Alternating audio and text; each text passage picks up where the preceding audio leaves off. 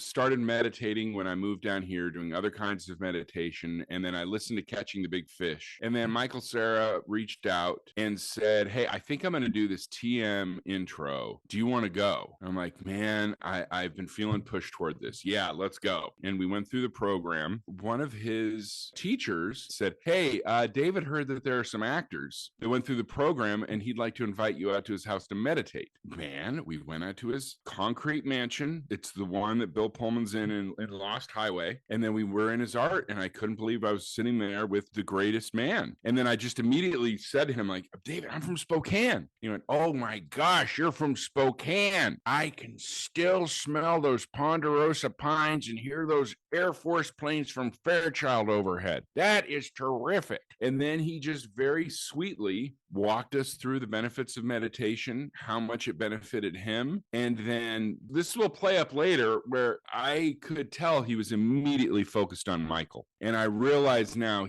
that was the beginning of the construction of Wally Brando in his head. Now, hilariously, and then I'll backtrack, on my last day of the return, the day you get wrapped, and he would always do this amazing thing with a megaphone to wrap everybody. David's assistant, beyond an assistant, he does so much for him, an amazing guy, Michael Burrell, walked up to me and he was very surprised. And he's like, you're Detective, you're Smiley. And I'm like, yeah. And he's like, you came out to the house and meditated with Michael. And I'm like, yeah, I'm assuming that's how I got the audition. And he's like, no, David is not aware of this. So then I watch him go over and whisper in the boss's ears, and David's head just whips around and turns and goes, oh my God, that is you.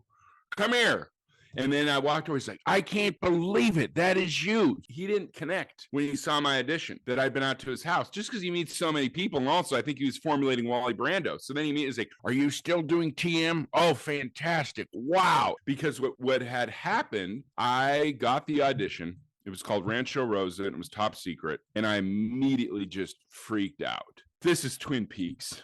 And my favorite show as a kid, and David Lynch and from Spokane. And so I went in there and there's no script to prepare. It said, you will just be interviewed on camera. So it was with the legendary Joanna Ray. And she said, do you know why you're here? And I went, Twin Peaks? She went, and what do you think of that? I'm like, just trying to keep it casual.